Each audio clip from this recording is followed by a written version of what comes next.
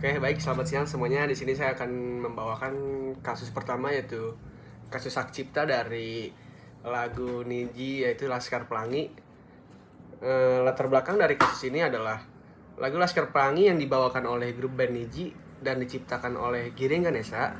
Vokalis Niji bersama Laurji merupakan lagu tema dari film Laskar Pelangi pada tahun 2008. Lagu ini sangat populer di Indonesia dan memiliki komersial tinggi.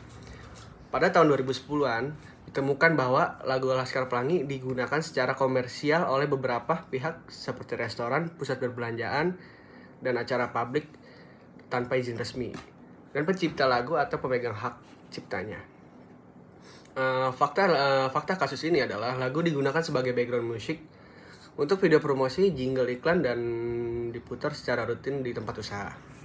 Tidak ada perjanjian lisensi ataupun pembayaran royalti kepada pemegang hak cipta, label musika, studio, dan pencipta lagu. Hal ini diketahui melalui laporan ke Lembaga Manajemen Kolektif Nasional atau LMKN dan pemantauan publik. Tindakan hukum dari kasus ini adalah pihak manajemen dan label musik melayangkan somasi peringatan hukum kepada pelaku yang menggunakan lagu tersebut tanpa izin. Jika pelaku tidak mengindahkan somasi, kasus dapat dilanjutkan ke pengadilan niaga sebagai pelanggaran hak cipta. Dari kasus ini, dasar hukum yang dilanggar, kasus ini termasuk pelanggaran terhadap yang pertama itu ada Undang-Undang Nomor 28 Tahun 2014, yaitu tentang hak cipta. Khususnya pasal 9 ayat 1, pencipta atau pemegang hak cipta memiliki hak eksklusif untuk mengumumkan atau memperbanyak ciptaannya. Dan yang kedua, ada pasal 113 ayat 2, setiap orang yang dengan sengaja dan tanpa hak menggunakan ciptanya untuk kepentingan komersial dipidana dengan pidana penjara paling lama itu 4 atau denda paling 4 tahun atau denda paling banyak itu 1 miliar rupiah. Dan kedua itu pasal 115 memberikan wewenang kepada pemegang hak cipta untuk mengajukan gugatan terhadap perdata terhadap pelanggaran.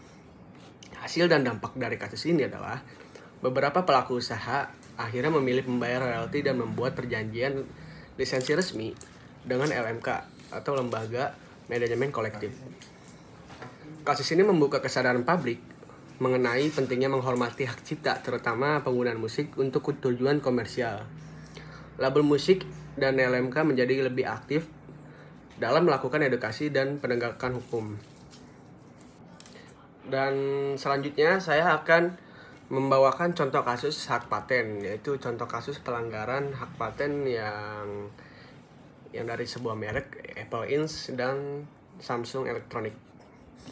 Dari kasus ini merupakan salah satu pelanggaran paten terbesar di industri teknologi yang dimulai pada tahun 2011. Apple menuduh Samsung telah meniru desain dan teknologi milik iPhone dan dalam ponsel pintar seri Galaxy.